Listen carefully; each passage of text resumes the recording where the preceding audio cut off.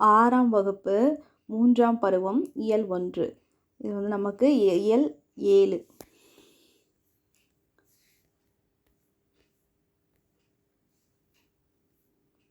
பாரதம் அன்றைய நாற்றங்கால். புதுமைகள் செய்த தேசம் இது, பூமியின் கிழக்கு வாசல் இது. தெய்வ வள்ளுவன் நெய்த குறள்தான் தேசம் உடுத்திய நூலாடை. மெய்களை போற்றிய இந்திய தாய்க்கு மெய்யுணர்வு என்கிற மேலாடை.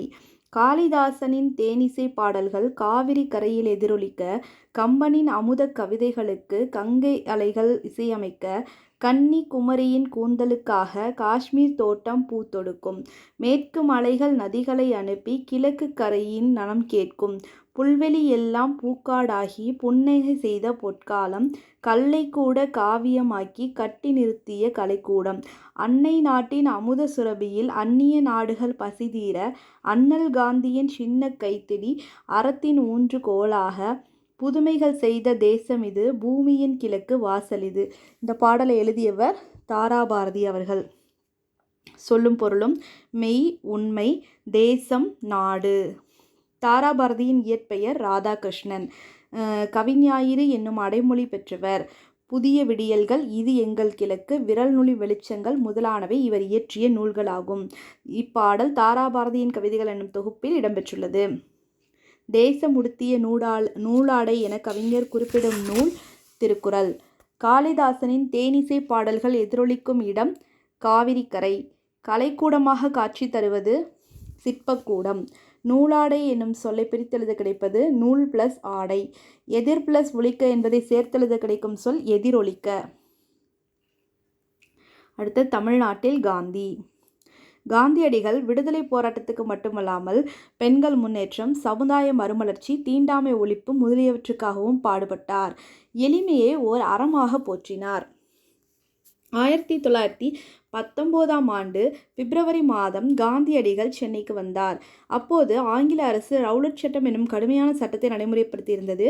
அதனை எதிர்த்து பெரிய போராட்டத்தை நடத்த காந்தியடிகள் திட்டமிட்டார். அதை பற்றிய கருத்தாய்வு கூட்டம் ராஜாஜியின் வீட்டில் நடைபெற்றது. காந்தியடிகள் அங்கு ஒரு மெத்தையில் அமர்ந்திருந்தார். அவருக்கு அருகில் ராஜாஜியும் மற்ற தலைவர்களும் நின்று கொண்டிருந்தனர். அப்போது அங்கு வந்த பாரதியார் விரைந்து சென்று காந்தியடிகளின் அருகில் அமர்ந்தார். திரு காந்தி அவர்களே, நான் இன்று மாலை ஒரு பொதுக்கூட்டத்துக்கு ஏற்பாடு செய்துள்ளேன். அதற்கு தாங்கள் தலைமை தாங்க முடியுமா என்று கேட்டார். இன்று எனக்கு பணி இருக்கிறது. உங்கள் பொதுக்கூட்டத்தை நாளை நடத்த முடியுமா என்று கேட்டார் காந்தியடிகள். அது முடியாது. திட்டமிட்டபடி கூட்டம் நடக்கும். தாங்கள் தொடங்கப் போகும் இயக்கத்துக்கு என் வாழ்த்துக்கள் என்று கூறிய பாரதியார், நான் போய் வருகிறேன் என்று கூறி எழுந்து சென்று விட்டார். அவர் சென்றதும், இவர் யார் என்று காந்தியடிகள் வியப்புடன் கேட்டார். இவர் எங்கள் தமிழ்நாட்டு கவிஞர் என்றார் ராஜாஜி. அப்படியா, இவரை பத்திரமாக பாதுகாக்க வேண்டும் என்றார் காந்தியடிகள். 1921ஆம் ஆண்டு செப்டம்பர் மாதத்தில் காந்தியடிகள் தமிழ்நாட்டுக்கு வந்தார். அப்போது புகைவண்டியில் மதுரைக்கு வந்தார். அவரது தோற்றத்தில் மிகப்பெரிய மாற்றத்தை ஏற்படுத்திய பெருமை தமிழ்நாட்டுக்கு உண்டு. உலகம் போற்றிய எளிமை திருக்கோலத்துக்கு அன்று முதல் மாறினார். காரைக்குடி அருகே உள்ள கானாடுகாத்தான் என்ற ஊரில் ஒரு அன்பர் வீட்டில் வெளிநாட்டு பொருட்களால் அழகுபடுத்தி இருந்தார்கள். அதை தவிர்த்து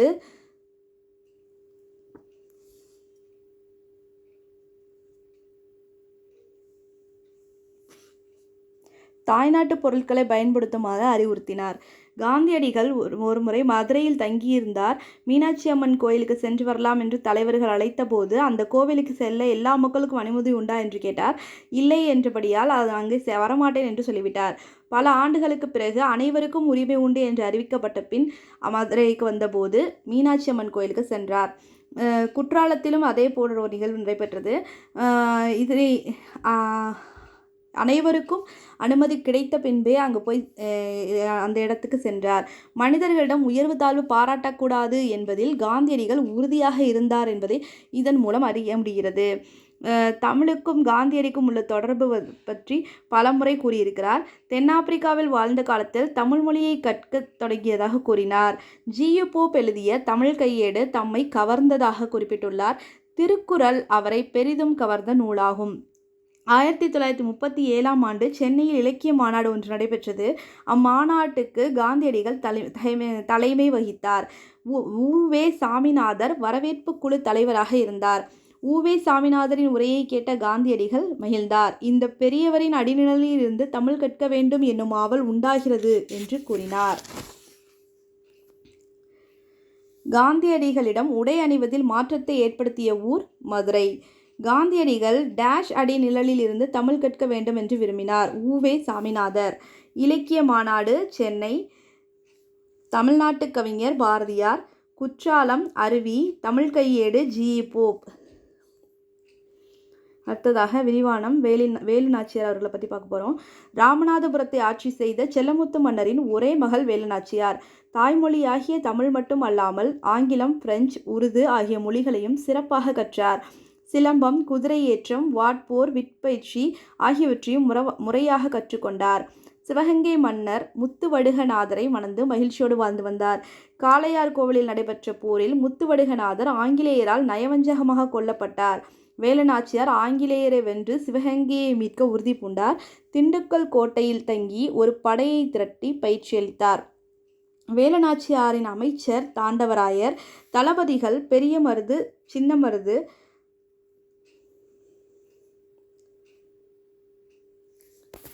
வேலு நாச்சியார் மைசூரிலிருந்து ஐதர் அலியிடமிருந்து 5000 குதிரைப்படை வீரர்களை பெற்றார்.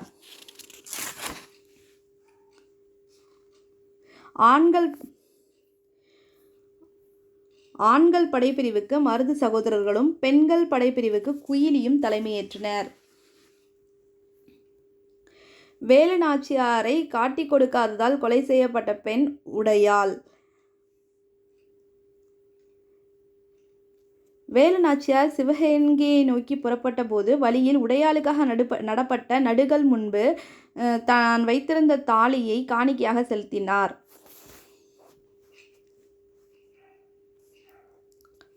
வேலு நாச்சியாரின் காலம் 1730 முதல் 1796. வேலு நாச்சியார் சிவகங்கையை மீட்ட ஆண்டு 1780. ஜான்சி ராணிக்கு முன்பே ஆங்கிலேயரை எதிர்த்து வீரப்போர் புரிந்தவர் வேலு நாச்சியார். 4 வகை சொற்கள்.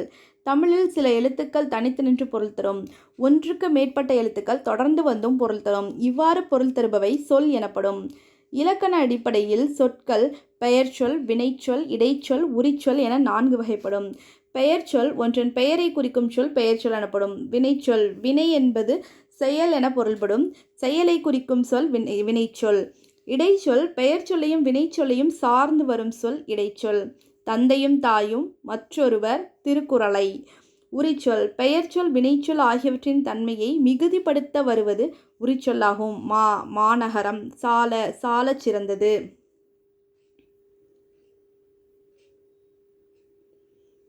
அடுத்ததாக ஒரு இது கொடுத்துருக்காங்க வ.உ.சியை பற்றி. இந்திய விடுதலைக்கு பாடுபட்டவர்களில் ஒருத்தர் வ.உ. சிதம்பரனார். அவர் தமிழ்லையும் ஆங்கிலத்திலையும் புலமை பெற்றிருந்தார். வழக்கறிஞராகவும் எழுத்தாளராகவும் பேச்சாளராகவும் தொழிற்சங்க தலைவராகவும் பன்முகத்தன்மை பெற்றிருந்தார்.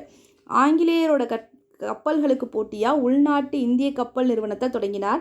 1906ஆம் ஆண்டு அக்டோபர் 16ஆம் நாள் சுதேசி நாவாய் சங்கம் என்ற கப்பல் நிறுவனத்தை பதிவு செய்தார். வ.உ.சி சென்னைக்கு செல்லும்போது பாரதியாரை சந்திப்பதை வழக்கமாக கொண்டிருந்தார். மேலும் பாரதியார் பாடல்களை விரும்பி கேட்பார். அடுத்ததாக ஒரு சிறிய இலக்கண பகுதி. ஒன்று என்பதை குறிக்க ஓர், ஒரு அப்படின்னு 2 சொற்களை பயன்படுத்துகிறோம். இதில் உயிரெழுத்தில் தொடங்குகிற வார்த்தைக்கு முன்னாடி ஓர் அப்படிங்கிற சொல்லும், உயிர்மை எழுத்துல தொடங்குகிற வார்த்தைக்கு முன்னாடி ஒரு அப்படிங்கிற சொல்லும் பயன்படுத்தணும். அதே மாதிரி அது, அஃது அப்படிங்கிற வார்த்தையில்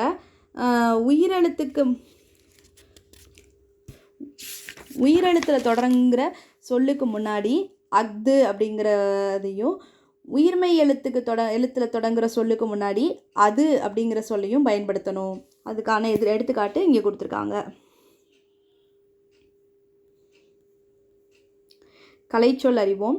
நாட்டுப்பற்று பேட்ரியாட்டிசம், கலைக்கூடம் ஆர்ட் கேலரி, இலக்கியம் லிட்ரேச்சர், மெய்யுணர்வு நாலேஜ் ஆஃப் ரியாலிட்டி.